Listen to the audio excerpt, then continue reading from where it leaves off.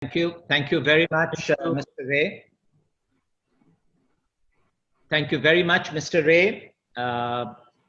I do not wish to sort of cast a pall of gloom after the optimistic talk given by Mr. Prasad, but the point remains we are passing through very troubled times.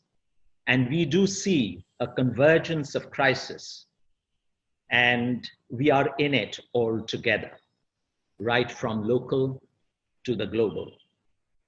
What is the path forward? The UN, the IMF, the International Energy Agency, they are all urging government and business to build back a more just and sustainable economy.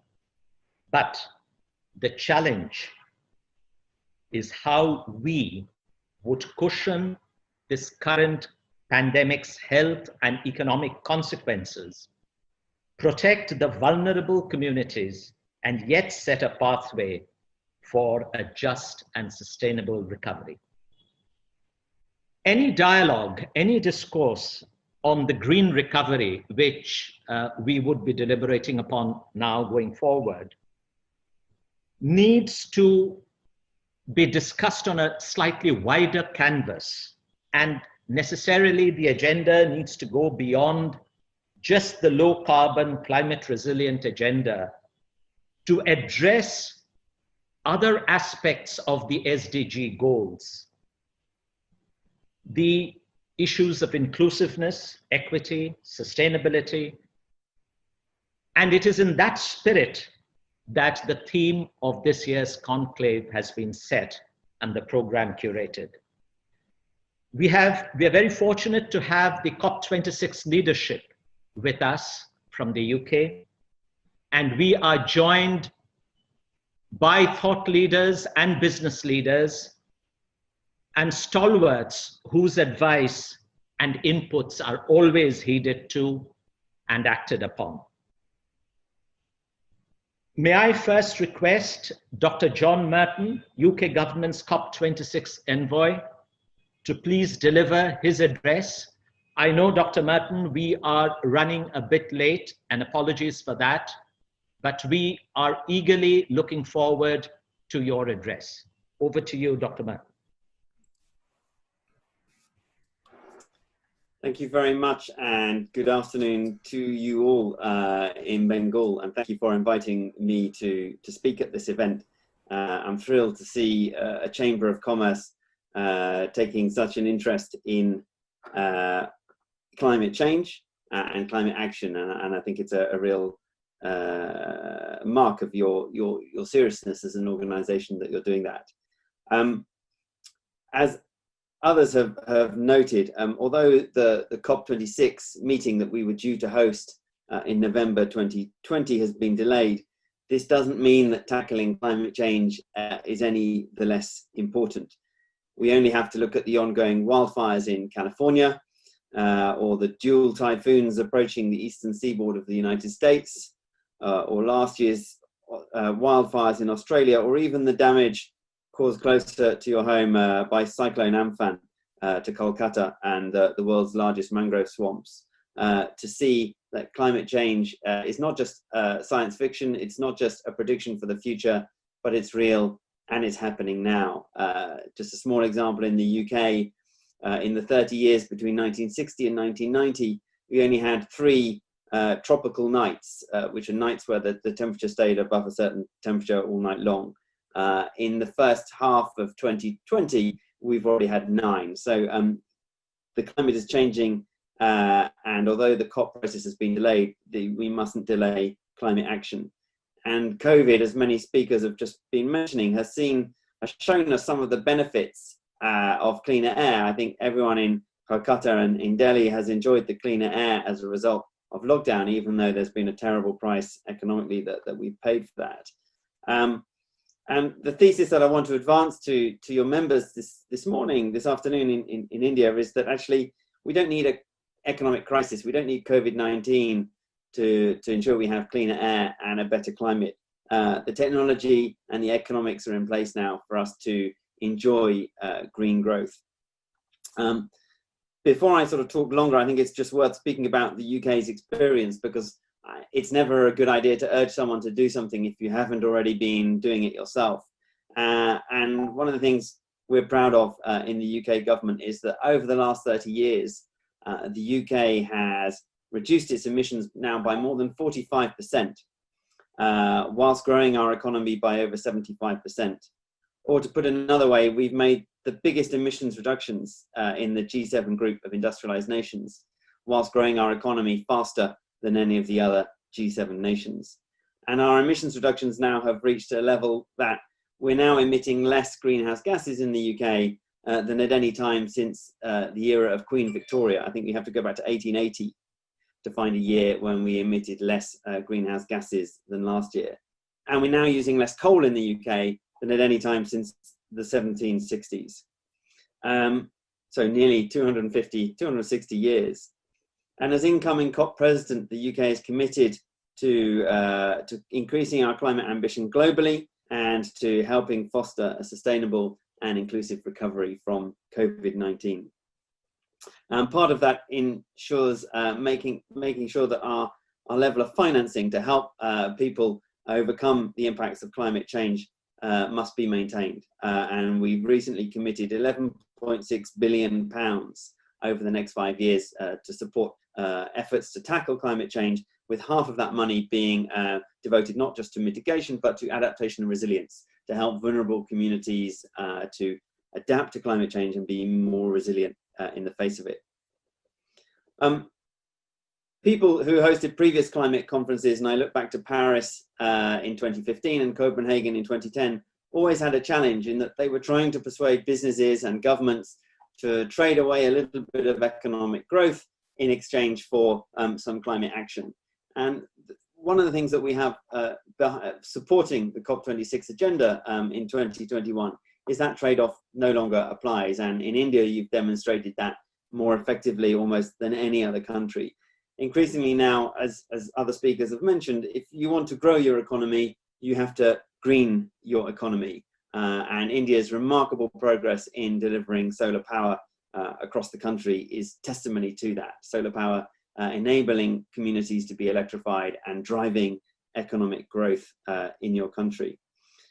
The global trade in low carbon goods and services is expected to grow between 18 and 34-fold between now and 2050, and is said to be one of the fastest growing sectors of the global economy. And so if you're a business wanting to grow your company, it's natural that you would want to invest in this, one of the most fast growing sectors in the global economy. And according to Bloomberg Energy Research, wind and solar are now the cheapest forms of energy generation for more than 2/3 of the world's population. So for nearly 5 billion people, solar and wind are the cheapest forms of energy, and that can help us drive our economies forward whilst curbing emissions. And the sector is growing massively.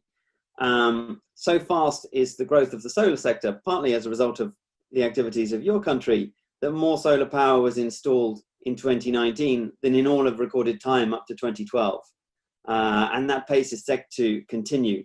There is now 260 gigawatts of production capacity for solar photovoltaic cells globally, and they will be added to the global grid year on year. And it's not just solar energy. The UK has made huge strides in transitioning to a low carbon energy mix. Last year was the first year in the UK when the majority of our electric power came from fossil fuel free sources. And just this week, we hit a new record with wind energy accounting for 59.1% of our energy mix during a particularly breezy day over the last week. As a result of this, countries who invest in renewable energy are seeing their energy get cheaper and cheaper.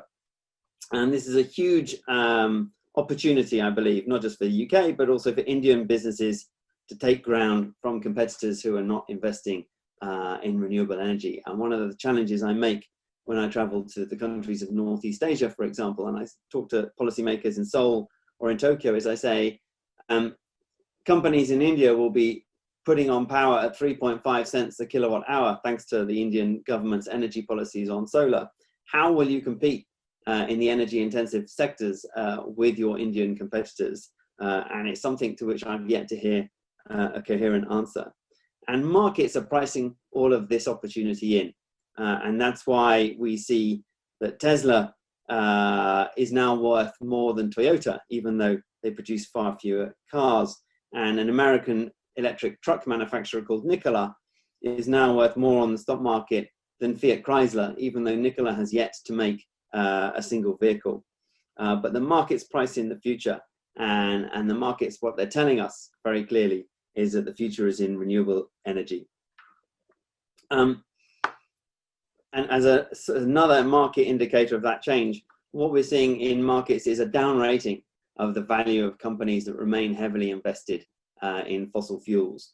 And that's driving companies like British Petroleum, BP, Shell, and others to make public their commitment to net zero and to make public their commitment to move away from fossil fuels. And you recently saw BP make an announcement that in the next 10 years, they will reduce their output of oil and gas by 40%. And they know they have to do that, because if they don't make those changes, they will end up like Exxon, which just this week was forced out of the Dow Jones Industrial Average, even though if you go back as recently as 1990, it was the third largest company in the Dow Jones. I just wanted to take a moment to pay tribute to the work of many of your members and Indian firms in terms of leading these changes globally.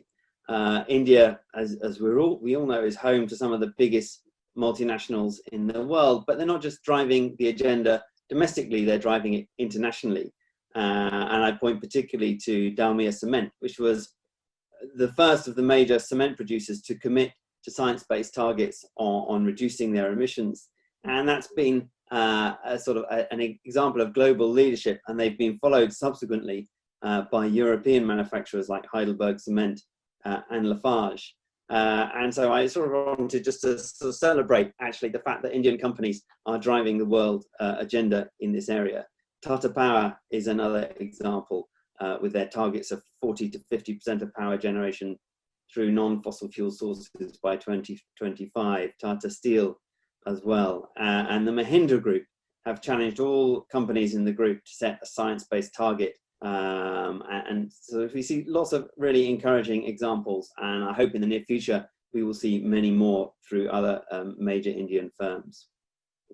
And what unites these economies is they know that investing in the green economy isn't just something they do to look good publicly, it's something they do to enhance their bottom line. And much of this is made possible by government targets and regulation, and the fact that during the COVID epidemic, the Indian government enforced a must-run status for renewables during the lockdown has surely helped support investment in the Indian renewable market, resulting in record low tariffs at the most recent solar auction. And we're proud that the UK High Commission in Delhi and the Deputy High Commissions around the country have worked closely with the national government and with local government to help support progressive policy in this area, including working with the Kolkata Municipal Corporation on the UK KMC programme on low carbon and climate resilient Kolkata, which we think makes Kolkata one of the first cities in India to launch a multi-sectoral roadmap to respond to the challenges and opportunities of climate change. And Kolkata has been internationally recognized by a group of cities, the C40 cities, and the International Energy Agency for its leadership on electrification of the public transport system. So in closing, just want to flag up that we want to work with all of the members of your chamber as we draw up an ambitious roadmap for global climate action between now and next year. And I flagged the Race to Zero as one way to demonstrate your commitment. This initiative, the Race to Zero initiative, is the largest ever alliance of businesses and non-state actors committing to reaching net zero by 2050 at latest. And we would be delighted if businesses join the Race to Zero initiative through one of the partner initiatives, and ideally the Business Ambition for 1.5 degrees C pledge. Nearly 1,000 businesses have joined the Race to Zero, including Adani Ports, Bharti Airtel, Dalmia Cement, Infosys, Mahindra Group, Mahindra Heavy Engines, Reliance, Tech Mahindra, Vakagre, and others. And we hope that many more of your members will do so in the near future. As we head towards COP26, we are hoping to advance 5 key campaigns to support the reduction of emissions. We want to support a campaign on the transition to clean energy, and India is leading the world in many ways with its 450 gigawatts commitment on solar energy. The switch to clean transport, and I think there are huge opportunities for India to lead this work in this sector, particularly for 2- and 3-wheeled vehicles. A campaign on nature-based solutions to demonstrate how mangroves like Sundarban can not only, but protecting mangroves like the Sundarban can not only help protect communities and help them be more resilient to the effects of climate change, but can also help serve as a carbon sink to mitigate climate change itself. Work on adaptation and resilience, which is particularly important in neighboring Bangladesh, for example, and other low-lying areas prone to flooding. And then underpinning all of that, work on finance to make sure that all financial decision makers, whether that's a national government finance minister, a municipal council finance minister, or even your chief financial officer or the manager of your pension scheme, takes account of climate change in all their decision making, so as to avoid investing in what might be potentially stranded assets such as oil and gas investments. And we hope to bring all that together so that we can show governments that actually they can be more courageous in their commitments and more courageous in their nationally determined contributions, and be confident that they can set ambitious targets for the economy without jeopardizing economic growth. Thank you very much. Thank you very much indeed, Dr. Merton, for your very comprehensive address, setting the context right for COP26. And the objective of this session is to bring together the business leaders and join them with the policy think tank and join up with COP26 Leadership in what you say is the race to zero. And we from the chamber, I can assure you, Dr. Merton, would be committed to doing our bit towards that objective. Thank you very much also for highlighting the 5 areas, the 5 focus areas that you would be looking at. And I think that very comprehensively covers all the aspects for the green turnaround, so to speak, or the green recovery. Thank you very much indeed for your address. It gives me great pleasure now to welcome Dr. Ajay Mathur to deliver the keynote address.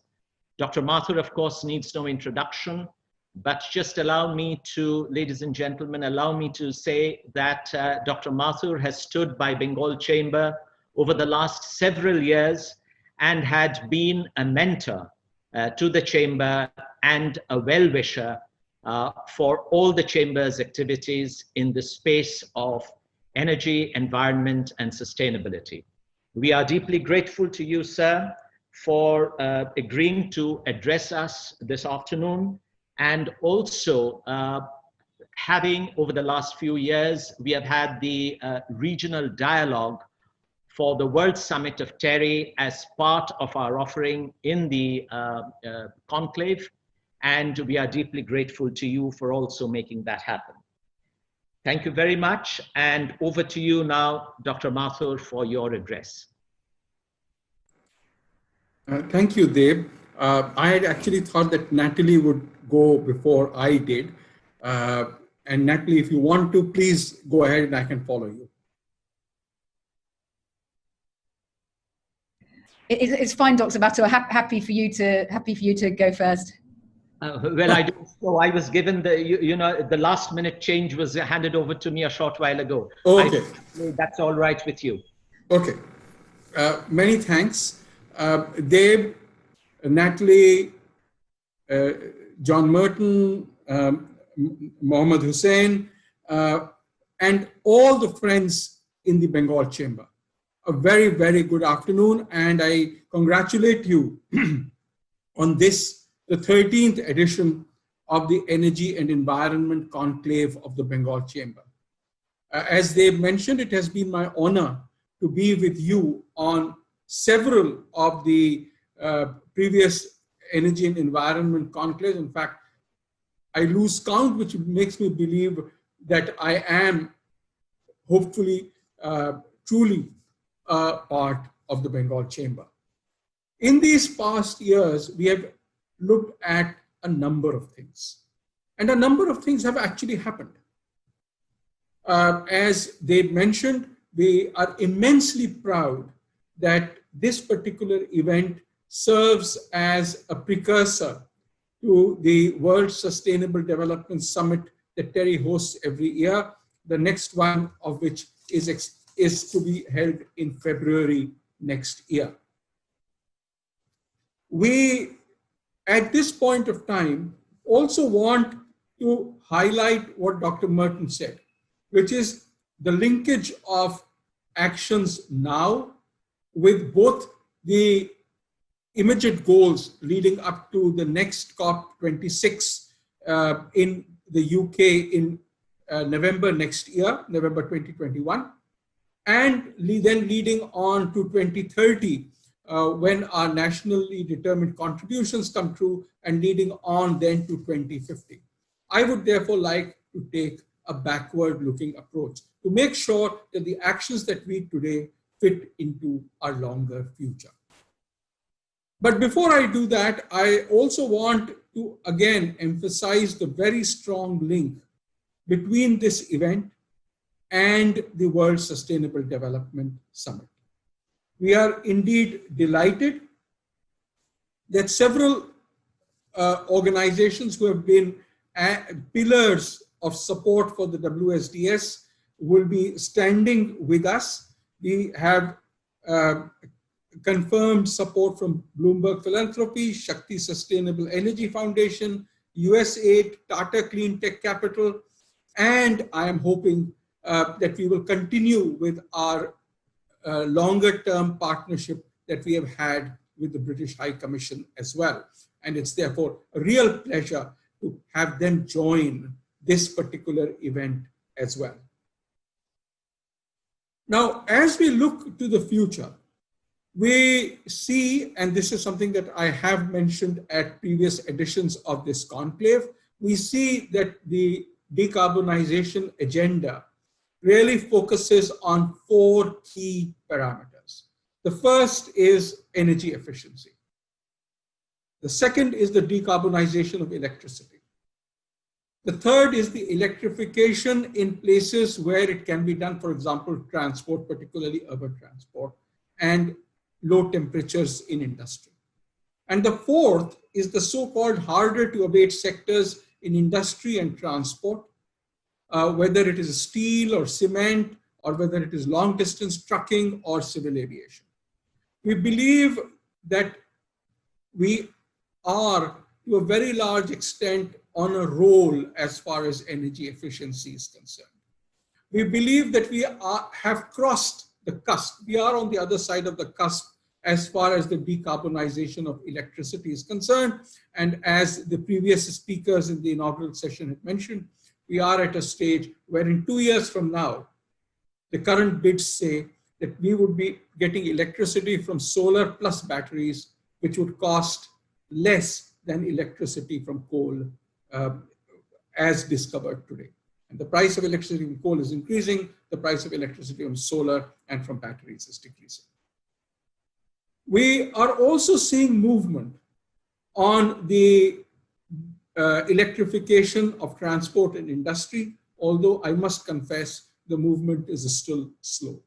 We need coordination both on the technology development and introduction side as far as electric mobility is concerned, but also on the infrastructure, whether it is in terms of charging stations and the way in which we will manage these charging stations, how will they pay for themselves, is a policy issue that we need to address quickly. Nevertheless, given the way economics are moving, the relative economics of an electric two-wheeler today are far superior to that of a petrol two-wheeler. I believe, and this is a survey that was carried out by Terry, we found that people who didn't have electric two-wheelers but were in the market for two-wheelers said that they would buy electric two-wheelers if there were enough charging stations. On the other hand, people who had electric two-wheelers said that they charged them largely at home. In other words, you need the charging stations in order to get people to buy electric two-wheelers, but then they would not be used as much. This is a central challenge, I think, that we need to incorporate as we go ahead to enhance the rate of ownership of electric two-wheelers in the country. In the case of buses too, as I've shared in previous conclaves, I think we have turned the corner. Your own city of Calcutta is seeing a massive explosion of electric buses, something which I think the city and the state can well be proud of. The impacts on air pollution are already there to see. And I think as we move ahead, the kinds of benefits that the city would enjoy would provide the kind of basis for the expansion of this program, not only in Calcutta, but in other cities as well. We continue to face the challenge of what will we do in the so-called harder to abate sectors. And they're harder to abate because carbon is very much a part of the process as far as steel making or cement making is concerned. We use coke in steel making. We use coke in forming cement clinkers, and CO2 is a byproduct. There are commercial level activities going on globally which are looking at hydrogen being used instead of coke in steel making. But I would emphasize that their commercial viability, their ability to work at the level of a plant are still to be proven. Nevertheless, I think we are moving in the direction of getting these plants to work as zero carbon emissions. Cement is still a challenge, and which is why, as Mr. Merton mentioned, the full-fledged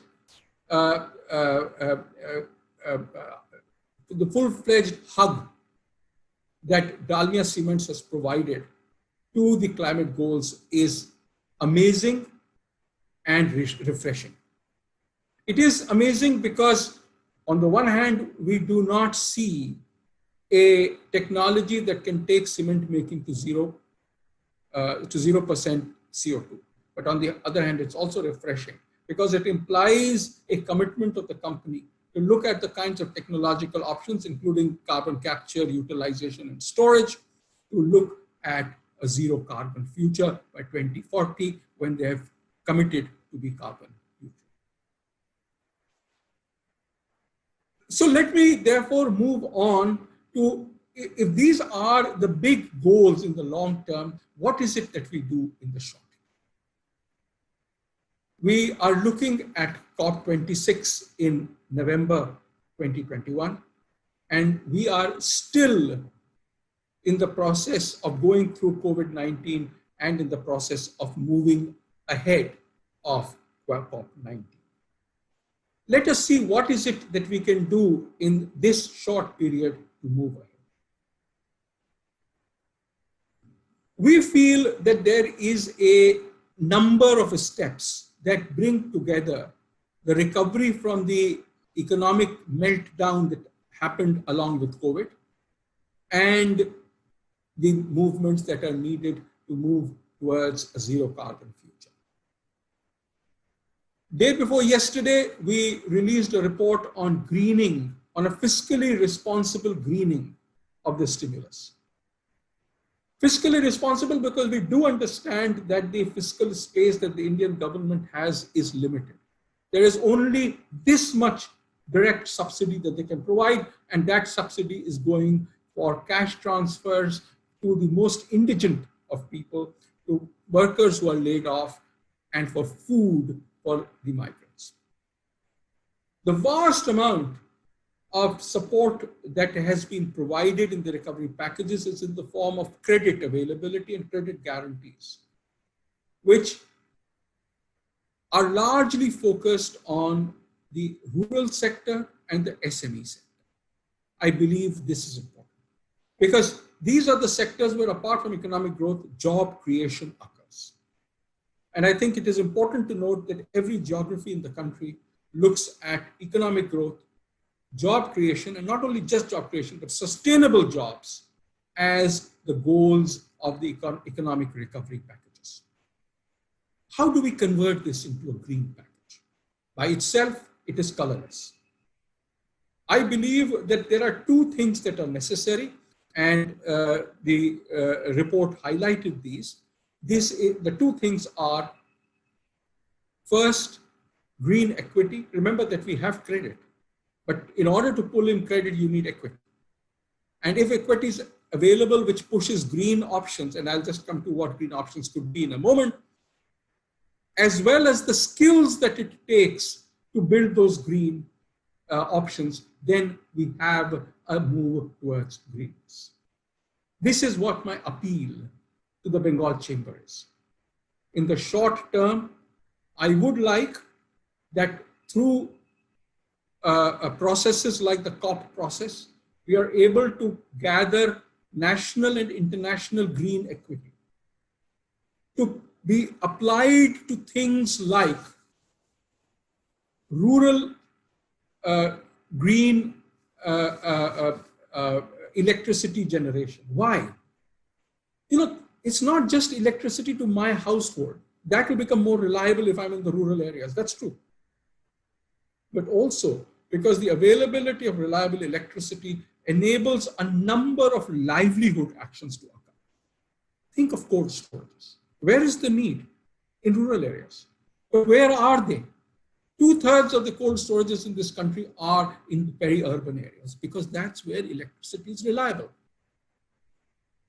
Consequently, rural electricity generation using agricultural wastes, using solar energy, can help provide the kind of electricity that is needed to maintain cold chains. Remember, tomorrow when we have vaccines for COVID, we will need the cold chains to ensure that there is a rural delivery of these vaccines. A cold chain is important now.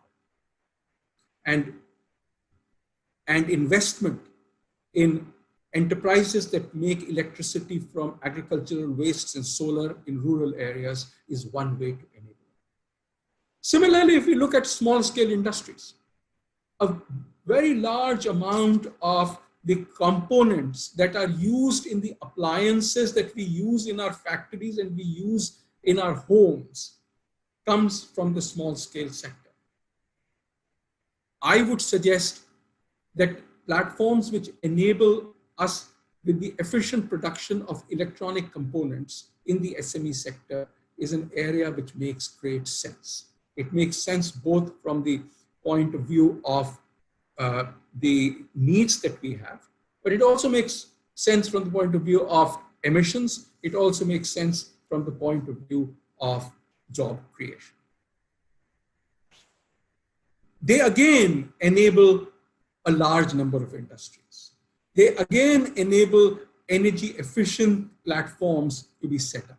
Because no matter what you set up, you will need motors, you will need energy efficient motors, you will need efficient drivers to run those motors. Those are opportunities that we need to cash on. And again, the challenge there is how do we make this happen? We are already seeing that in the SME sector, and many of you would be a part of that sector, we are seeing that there is a concerted effort across the country, at least across the 20 clusters that we follow, of reducing operational costs. And people tell us that, you know, thanks to this credit and the credit guarantees, getting credit is easy. What we want to make sure is that they also result in dramatic reductions in our operational costs. That's energy efficiency. So enhancing productivity through energy efficiency is a way, whether you're in the rural areas or in the SME sectors, that we can ensure that emissions fall, and whether it is rural applications or SME applications, they become more competitive. Now, obviously, to run all of this, you need people. There is always the chicken and egg situation of, do you create skills first and then put out the industries, or the other way around? Thankfully, there are a number of instances where we can learn. If you look at the green revolution, the two things, the skills development and the expansion of the green revolution, occurred at the same time. Not so long ago, we had the revolution in the energy efficiency in the industrial sector, the PACT program, and the creation of skills for people who could help that, for people who could certify that and monitor that, occurred at the same time as the PACT movement was occurring. In other words, it is possible to manage the simultaneous growth of the sector while also ensuring the simultaneous growth of skills. I would like to end by focusing on the kinds of things that, to achieve these skills growth and to achieve the green assets that we need, what is it that we can do, at least in the time that we have till COP16. I believe that at this conclave, at the WSDS next year, in 2021, at the COP in UK in November 2021, and at the World Sustainable Development Summit in 2022, with your Energy and Environment Conclave at this time next year, these can form the strands of the kinds of actions, the policy and regulatory actions that we need to take to get the policy and regulatory processes moving. I can spend a lot of time identifying what are those policy and regulatory processes. But I think that is our job in this conclave and in the many meetings that are going to happen now. I think we need to deliberate. I think we need to create the environment which shows that these technologies work. That at least at a limited level, the business models work, and that policies and regulatory actions can help both in the acceleration and the scale up of the demonstration of those technologies. I thank you for your attention. Thank you very much indeed, Ajay, for your absolutely inspirational speech. And as always, of course, as always, thank you very much for giving us a really practical roadmap for the green recovery, so to speak, or certainly the green transition, if I may say. The points that you made about a practical way of actually handling finance to make things happen towards the objectives that we set ourselves, absolutely remarkable. The idea is to dovetail policy intervention or policy push with the market pull or the business pull. So the push and pull, if they can dovetail well, magic can happen. Thank you very much indeed for your address. I really have a pleasure to invite Natalie Toms, Director, Prosperity Team, British High Commission, New Delhi. The Prosperity Team are really taking a lot of initiative in undertaking and hand-holding projects that deliver the green agenda. Over to you, Natalie, for your theme address. Thank you very much. It's fantastic to be virtually in Calcutta today as part of the 13th Environment and Energy Conclave. I remember meeting you last year at the Bengal Chamber of Commerce, Mr. Mukherjee, just before Durga Puja, and I'm sorry not to be back in person this time in one of my favourite cities in India, but it is really good to be here virtually, and we in the UK government are really glad to be partnering with the Chamber on this excellent event. It's also really good to be partnering again with Terry on the event and to hear Dr. Mathur's remarks just now. It was great to work with you on this year's World Sustainable Development Summit, and we look forward to doing the same next year and working together on a series of seminars in the run-up to that event and to COP26. So great to hear your remarks just now.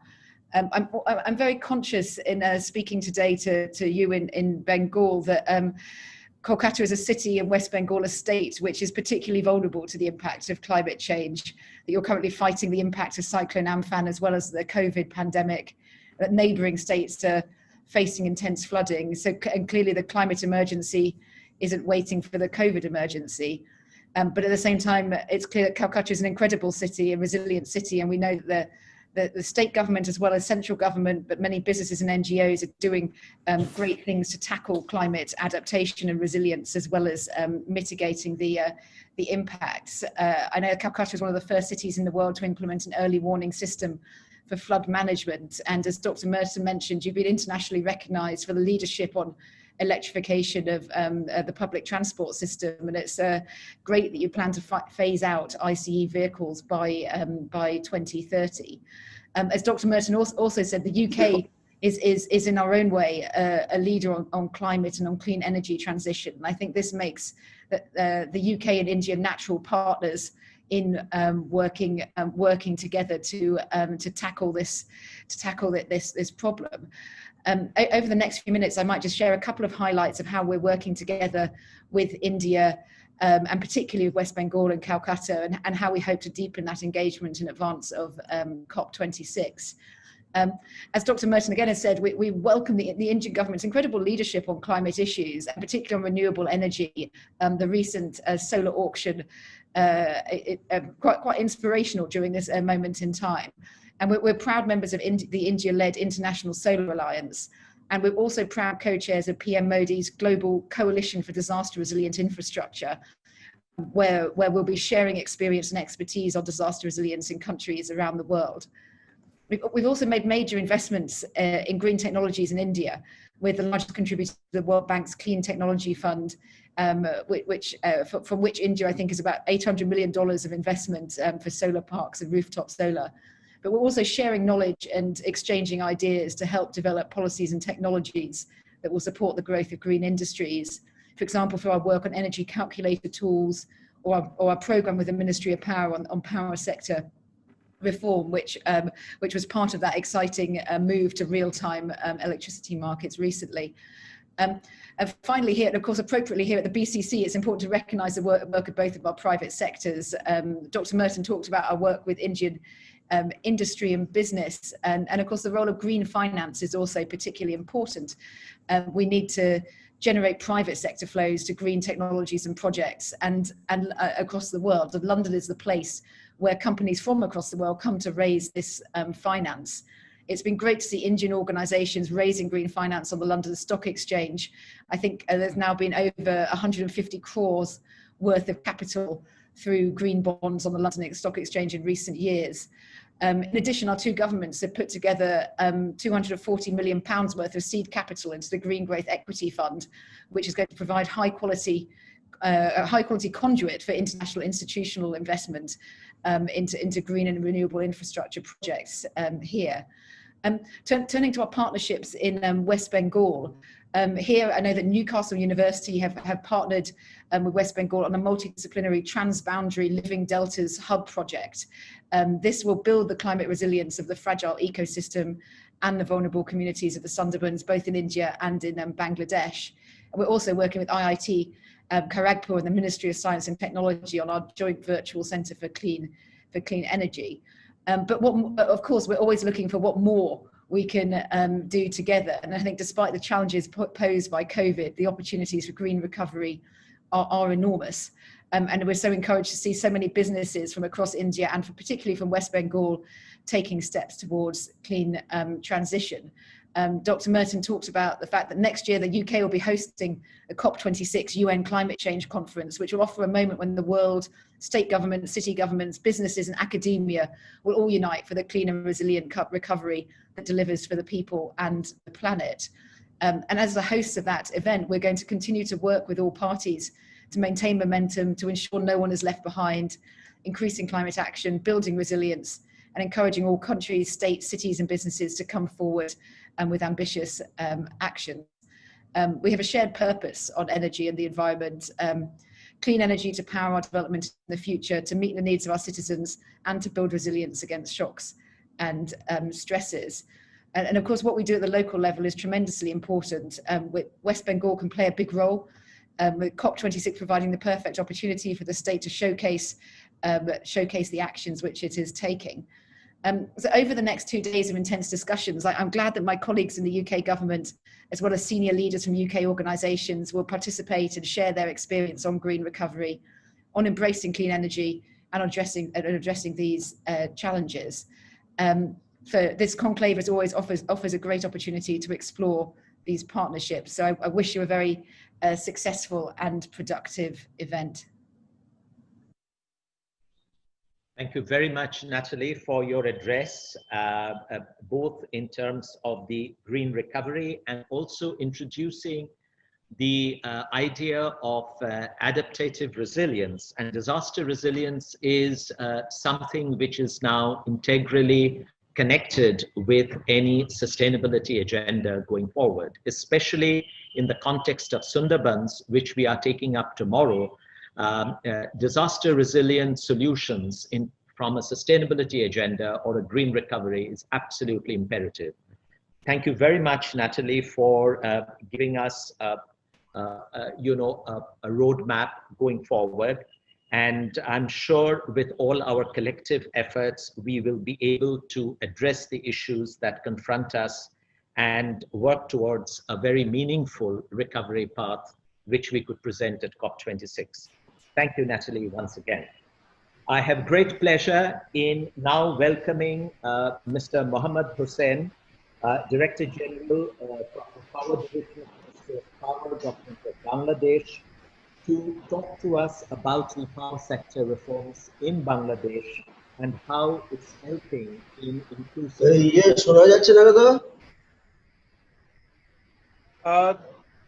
Thank you, Mr. Dev. I think all of you can hear me. Yes. Am I audible?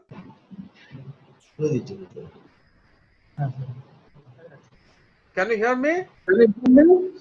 Yes. Yes, okay. We can hear you. Thank you. Okay, thank you. Thank you, Mr. Dev. I am indeed honored to be here in this 13th edition of Environment and Energy Conclave. This is the first time for me in this forum. I must be thankful to BCC, particularly when the name Bengal comes, it attached with our emotion, nostalgia. I would love to be here even in future if you invite me. Minutely hearing from us.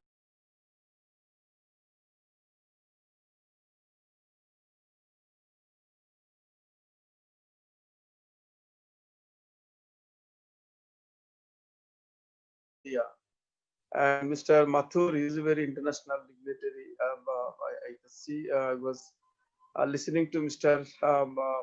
Martin, and just immediate before me, Ms. Natalie, all have delivered very nicely and comprehensively.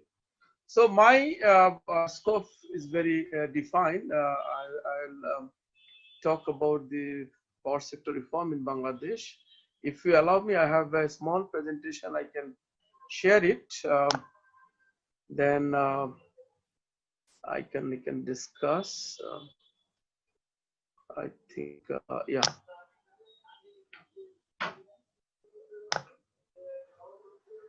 So I believe you can see my presentation. Yes, we can. Thank you. We can. Okay. Okay. So in fact, reform is very considered is a dynamic one. It's a continuous process. Every day we reform ourselves. As a human being, we have to adapt with the change. So reform is a daily practices in our life. Same is true with dynamic sector like our power sector. Let me give you some historical background of Bangladesh power sector, where you can see the in fact electrification of Bangladesh commenced in 1901 with the electrification of the historical Hassan Munjil. And up till 1947, the capacity was only 21 megawatt, and these are very distributed, isolated diesel engines, covering some very you can say famous places. So, and in 1948, then the electricity directorate was established in Bangladesh, and up till 1960, the total capacity was 142 megawatt, with three power stations. One is the hydro one, the first and you can say the last hydro project in Bangladesh, which is in the hill areas, the hill tracts, Chattogram. Then one was in the western part, Khulna, and one is near Dhaka, Siddiganj. In 1971, our generation capacity was 500 megawatt, and that was during the in fact beginning of this independent nation, where our father of the nation, Bangabandhu Sheikh Mujibur Rahman, he has established the Bangladesh Power Development Board with CO59, and then a big, which is now a big generation hub, which is Burachal. That hub was created in 1975.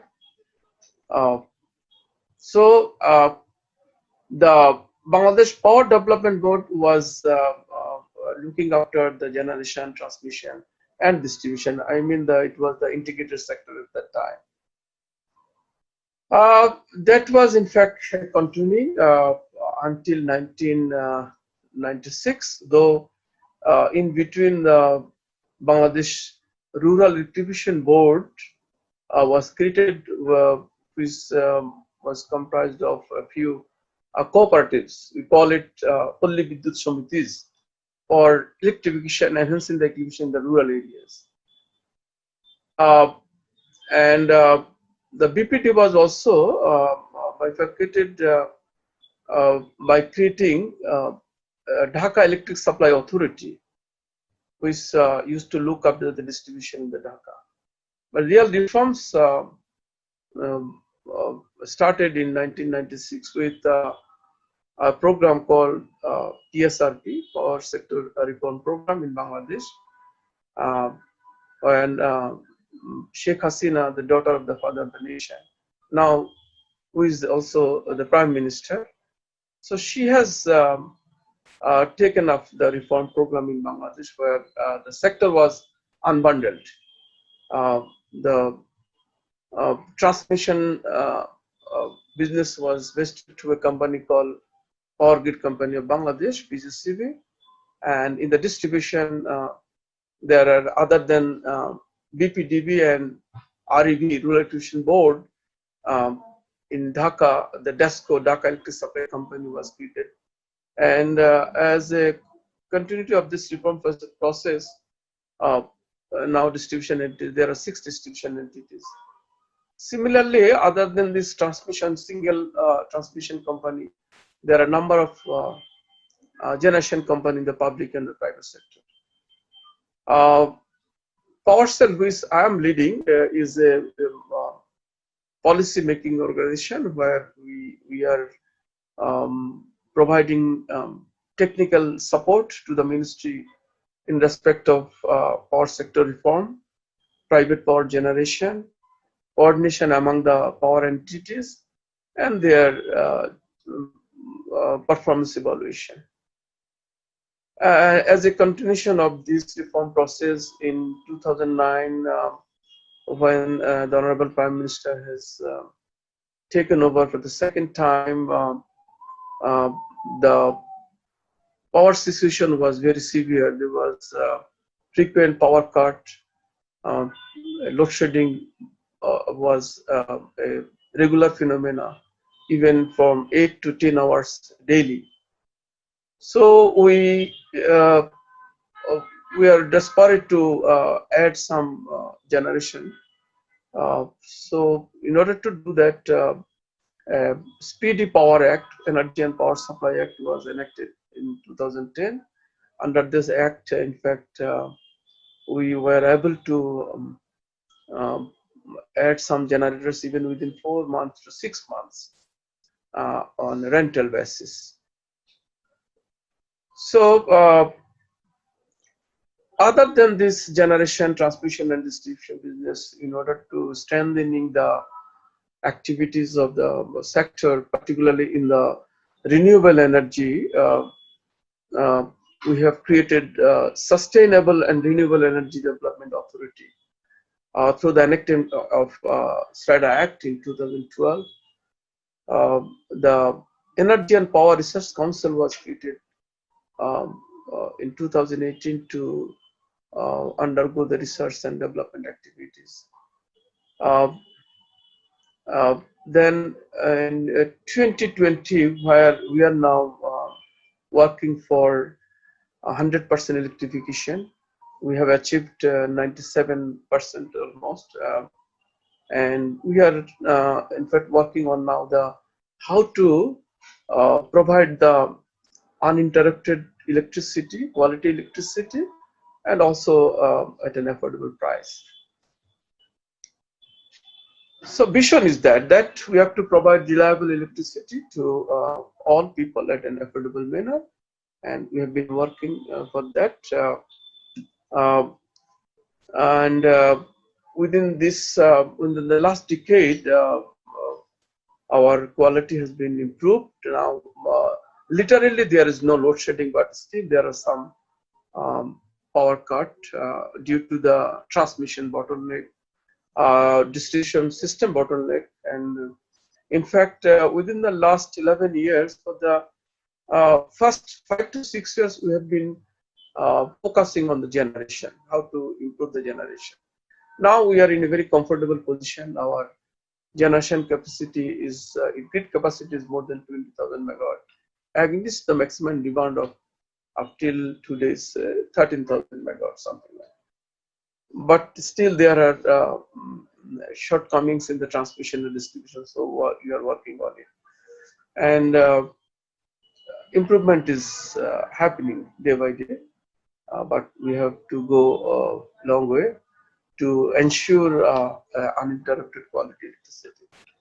This is a comparison of our achievement during the last 11 years.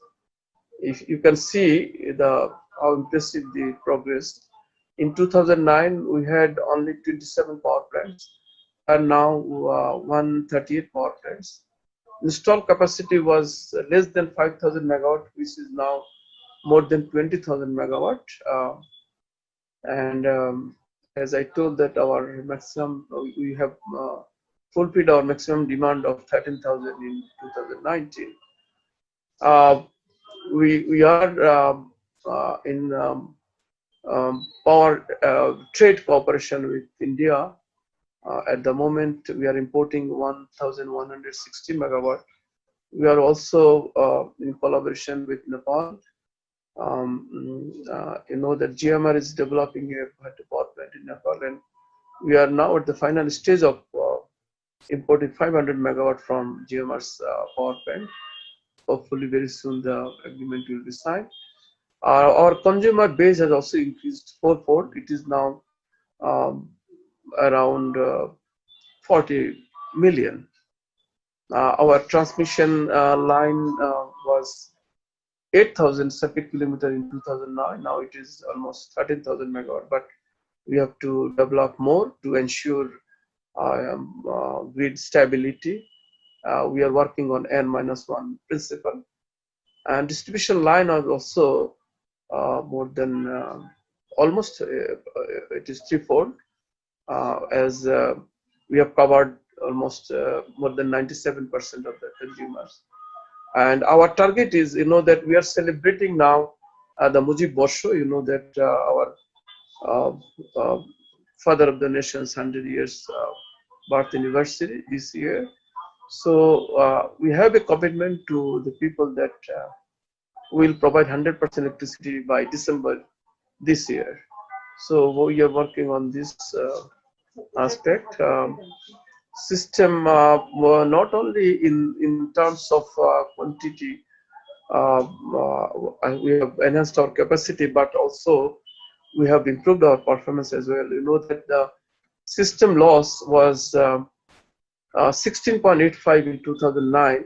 Now it has been reduced to 11.23, and we have a target to bring it down to single digit within next year. So this is our now the structure, power sector structure as it stands. Power division, in fact, our list is the Ministry of Power, Energy and Mineral Resources. We have two divisions. Power division is looking after the electricity basically, and Energy and Mineral Resources division, they are dealing with primary energy as well as the mineral exploration.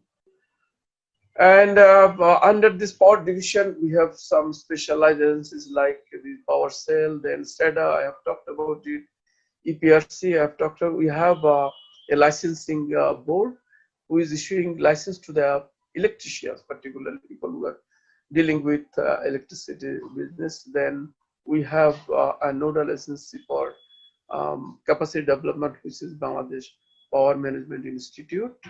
And above all, we have a regulator, Bangladesh Bangladesh Energy Regulatory Commission. The commission is entrusted with fixing the bulk and retail tariff. And under the generation, we have as good as now 7 entities, including the BPDP, the mother organization. Then we have some companies. Particular, these are all corporatized entities, somehow or other owned by the government. Then transmission is still a single one, Power Grid Company of Bangladesh, but we are also having the experience of our generation in the private sector. We are also trying to introduce private sector in the transmission as well. We have prepared a draft policy for PPP in the transmission. Hopefully, near future, we will also see private sector in the transmission. In the distribution, we have 6 entities. The other than the BPDB, Power Development Board, they are still in the distribution business in 2 divisions of the country. Then, as I told, that REB is dealing with the rural areas with 80 PBSs now. We have 80 cooperatives in the country, and in Dhaka there are 2 other companies. One company in the northern part and another in the western part. We call it Regional Power Distribution Company, and another is Northern Electricity Supply Company. So these are the organization I have already discussed in the structure, so I don't want to repeat all these things. Here is our future generation as well as the fuel mix. At present, as I told, that we have the grid capacity of more than 20,000 megawatt. Still, the gas is dominating. Natural gas is dominant, though it is depleting very rapidly. And on the other hand, the demand has increased tremendously. So we are importing LNG to meet this demand. We have to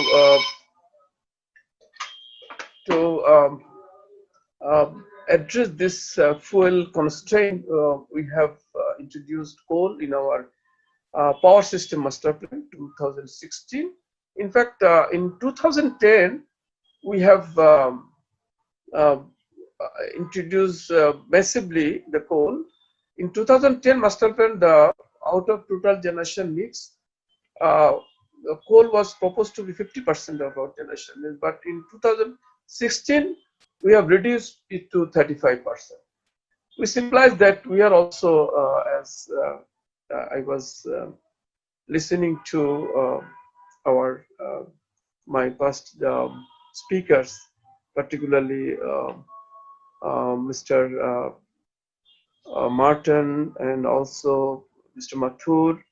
So we have also the same concern of this, you see, this carbon emission. We are also a signatory of the Paris Agreement. We have a commitment towards reduce this carbon emission. As Mr. Martin was telling, we are one of the most vulnerable countries, so we are the victim as well. So we are trying, despite of our fuel constraint, we are trying to have a sustainable fuel mix with emphasis on the clean fuel. The problem is that, as you know, that out of the renewable energy, we have solar, which is the most harnessable. The problem is with, again, land constraint. Land is a scarce resource for us, the most populous. You know it very well. But we are trying to, in fact, have its maximum utilization through solar rooftop, solar irrigation. Recently, we have introduced even net metering, so that people will be encouraged to utilize their roof having solar power.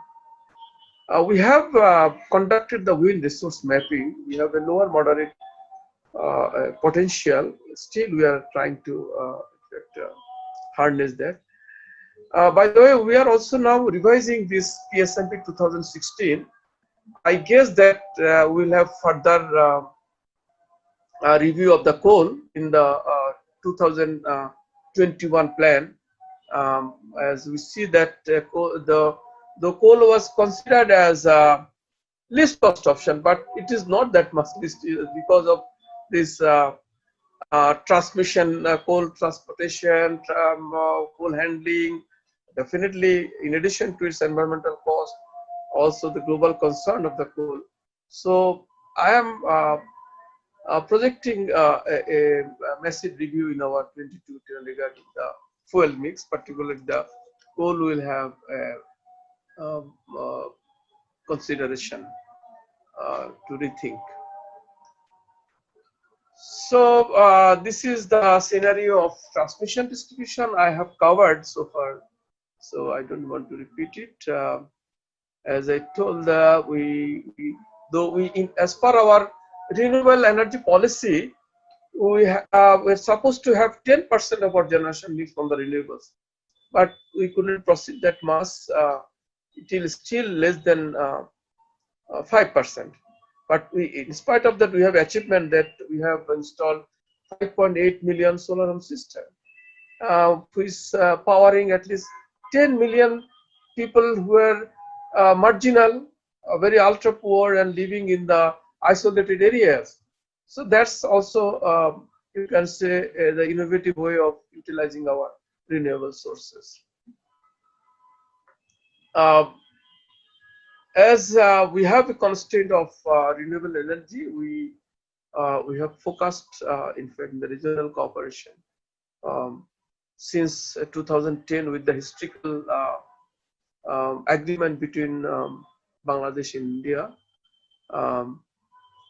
between the two honorable prime ministers who are now sitting as well. So since then, our cooperation is going on. We have joint steering committee. We sit biannually, and till now we are importing 1,160 megawatt through two interconnection. One is Beramara Bahrampur, and we are also augmenting that. Now it has a capacity of 1,000 megawatt. We are augmenting it to 2,000 megawatt. We have aerial connection with Tripura and Kumilla of Bangladesh, and importing 160 megawatt. We are working for more interconnection, and we will definitely not limit to it, keep on importing. I believe that we have a very seasonal, tremendous diversity, seasonal diversity. As you know that during winter, our demand goes down even less than 50%. As demand goes 50%. On the other hand, our neighboring countries, particularly Nepal, Bhutan, because of their heating load, their demand goes high. On the other hand, because of their hydro-rich generation mix, their generation capacity goes down. So we can easily utilize this seasonal diversity as well as the fuel diversity and exchange power within ourselves. I think the historical framework agreement in the SARC convention, I think conference has opened up, and further it has facilitated by approving this cross-border trade guideline by Indian government. So now we are working on it. We have, as I told, that collaboration with Nepal. So we are at the final stage of importing 500 megawatt from Nepal. We are trying to have a tripartite collaboration with Bhutan. Tripartite MOU is at final stage. I'm looking forward to sign it any time by the policymakers of both the countries. In our PSMP 2016. Sorry to be a little rude and interrupt. We are really okay. In fact, I am at very concluding stage. I have already discussed that about coal constraint,